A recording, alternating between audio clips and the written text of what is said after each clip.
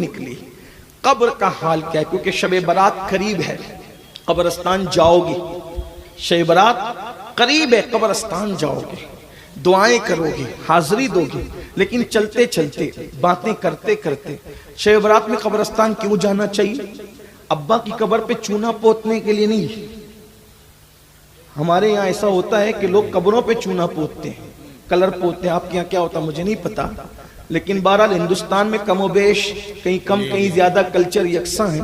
اب آپ یہ کام تو مفتیان کرام سے پوچھیں گے کہ قبروں پہ کلر پوتنا چونا پوتنا کیا ہے، میں مفتی نہیں ہوں، اس لیے میں اپنی اوقات میں رہ کے بات کروں گا، نہ میں مفتی نہ کوئی خطیب نہ ادیب، غوث پاک کی چوکھٹ کا ایک بے ہنر فقیر ہوں، صرف اصلاح کے لیے آ گیا ہوں، کچھ باتیں آپ کی اصلاح کی کر لوں، کچھ باتیں اپنی اصلاح کی کر لوں، بس اسی میں بات ہو، کوئی بات نہیں۔ تو عرض یہ کر رہا تھا میں کہ آپ مفتیان کرام سے پوچھیں قبروں پہ چونا ڈالنا چاہیے کہ نہیں ڈالنا چاہیے، کلر ڈالنا چاہیے کہ نہیں ڈالنا چاہیے، بلکہ میں تو سوچتا ہوں یا اللہ ہم نے قبروں کو تاج محل کا رنگ اور روغن دینے کی کوشش کی ہے۔ حالانکہ قبروں کے پاس بیٹھ کر سوچا کرو کبھی کہ یہ بھی میرے طرح زمین پہ دندناتا پھرتا تھا، آج یہ بے بس پڑا ہوا، ہڈیاں بھی گھل جاتی ہیں، ہڈیاں بھی گھل جاتی ہیں۔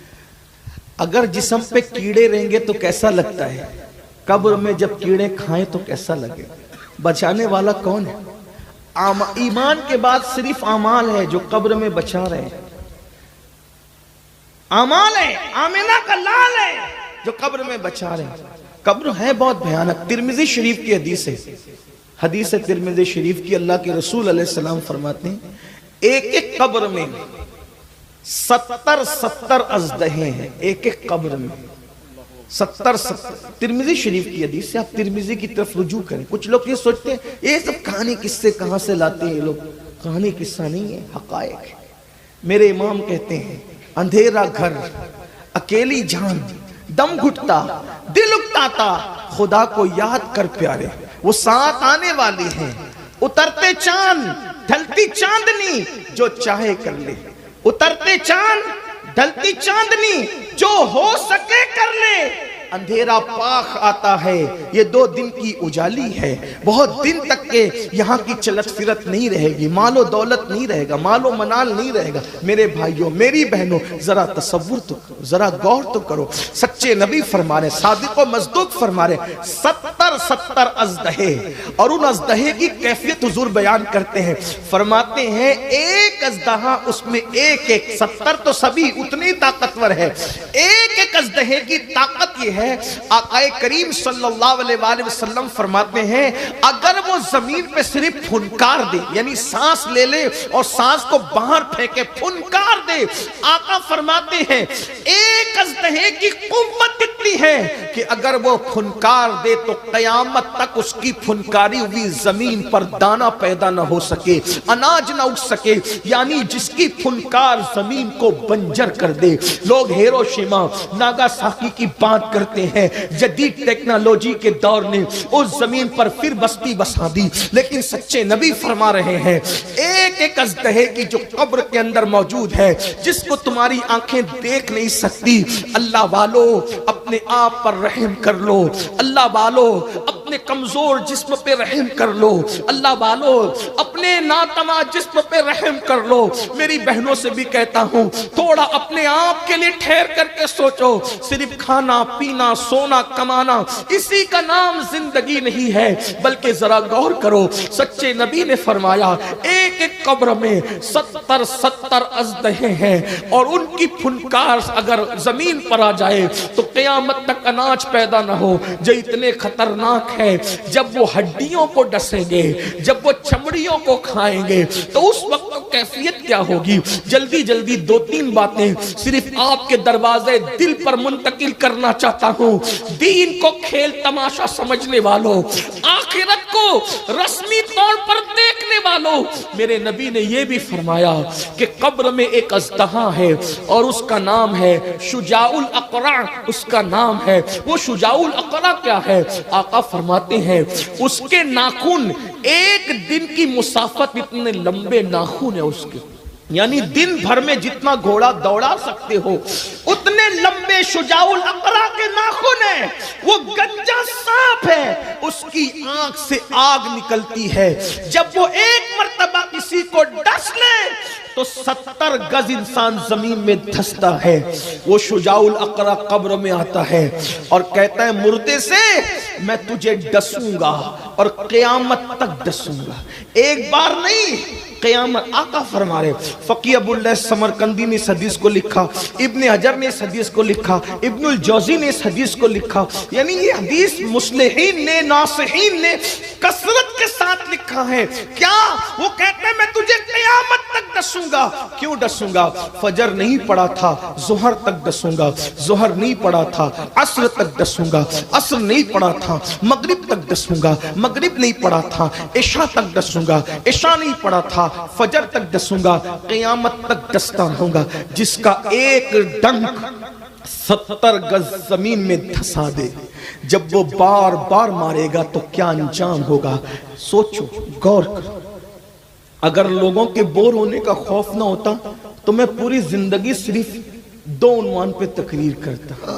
ایک عظمت رسالت و آل رسالت پر اور ایک نماز پر. بس میں انہی 2 عنوان پہ پوری زندگی گزار دیتا. مگر چونکہ لوگ سوچیں گے کچھ اور بھی مضامین ہے کہ نہیں، لیکن میری گزارش یہ ہے کہ اللہ اکبر. میرے بھائی، آقا نے فرمایا جس کی نماز نہیں اس کا دین نہیں. اللہ اللہ. جس کی نماز نہیں اس کا دین نہیں. ہم کس دین پر ہیں؟ اگر یہ سوچتے ہو کہ ہم نماز پڑھ کر، نماز چھوڑ کر بھی ہم دیندار رہیں گے. اللہ کے رسول جس کا وجود دین ہے، جس کا وجود جانے دین ہے، جس کا وجود جانے ایمان ہے، وہ فرما رہے ہیں کہ جس کی نماز نہیں اس کا دین نہیں. پھر کہاں ہو، پھر کہاں؟ اور سوچو یہ نازک سا جسم. میں سوچتا ہوں اگر نماز چھوڑنے پہ عذاب نہ بھی ہوتا تو کم سے کم یہ حدیث ہمارے لیے کتنی بڑی تھی کہ جس کا دین نہیں، جس کی نماز بھی اس کا دین نہیں. یعنی دیندار ہونے کے لیے نمازی ہونا ضروری ہے. کچھ لوگ یہ کہتے ہیں کہ امین القادری کہتا ہے کہ جو نماز نہیں پڑھتا وہ کافر ہو جاتا. میں نے کہا میں حنفیوں میں یہ بات کیوں کہوں گا یار، لیکن اتنا ضرور کہوں گا کہ جو نماز نہیں پڑھتا وہ دیندار بھی نہیں رہ جاتا. اتنی بات یاد رکھنا. آپ کچھ بھی کرنے دیکھو، آپ تام جھام کر کے اپنے نام کے ساتھ کروڑوں القابات استعمال کر لیجئے، لیکن اللہ رسول کی بارگاہ میں دیندار ثابت کرنا آسان نہیں ہے. اس لیے اللہ کے بندو، اللہ کے عذاب سے ڈرو، نماز کی طرف آؤ.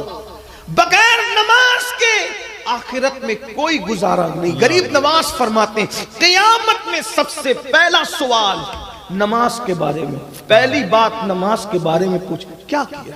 اور دیکھو کتنا بڑا عذاب. قیامت تک شجاع الاقرا کا ڈسنا، شجاع الاقرا کا ڈسنا یہی اسی پہ بس نہیں، بلکہ اللہ کے رسول علیہ السلام فرماتے ہیں پوری قبر میں جہنم کی آگ بھڑکائی جاتی ہے اور انسان اس پر لوٹ پوٹ ہوتا رہتا ہے.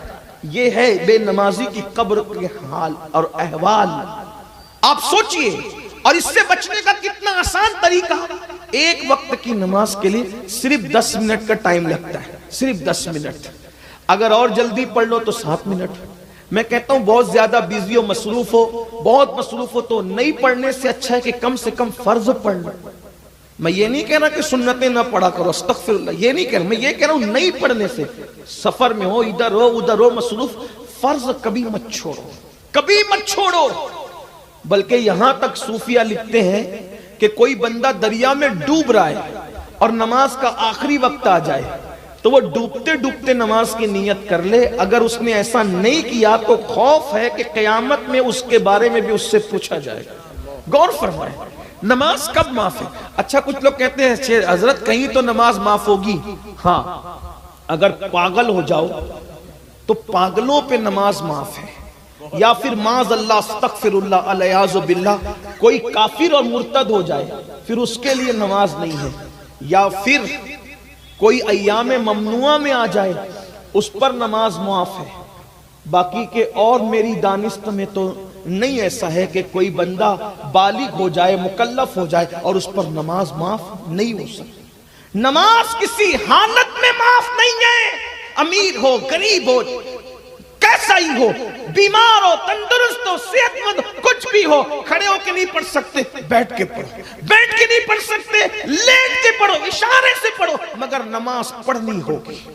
اور نہیں پڑھو گے تو پھر شجاع الاقرا کے ڈسنے کے لیے تیار ہو جاؤ۔ مچھر کے ڈنک کو برداشت کرنے کی طاقت نہیں، اور اتنا بڑا خطرہ مول لے رہے ہو۔ اور ایک بات یاد رکھنا، اگر عذاب کوئی مقرر نے بیان کیا ہوتا تو میں اتنا زور نہیں دیتا، لیکن یہ وہ فرما رہے ہیں اللہ اکبر جو عالم غیب ہے، جن کی نگاہیں دنیا بھی دیکھتی ہے، آخرت بھی دیکھتی ہے، اور وہ اتنے سچے ہیں کہ ان کی سچائی کی گواہی ان کے دشمنوں نے تک دی ہے۔ وہ اتنے سچے ہیں، رحم کر لو، ایک وقت کی نماز کے لیے صرف 10 منٹ، 5 وقت کی نماز کے لیے 50 منٹ بدل ڈالو، اپنے آپ کو بدلو۔ آئیے ایک روایت یاد ہے، قبر کا حال کیا ہے۔ امام اہل سنت فتاوی رضویہ شریف میں لکھتے ہیں، میں اس کو اپنے الفاظ کے جامع میں پیش کروں، قبر کے احوال کیا۔ امام لکھتے ہیں کہ موت کا ایک جھٹکا، امام اہل سنت اعلیٰ حضرت کو مانتے ہو نا، ان کے مسئلے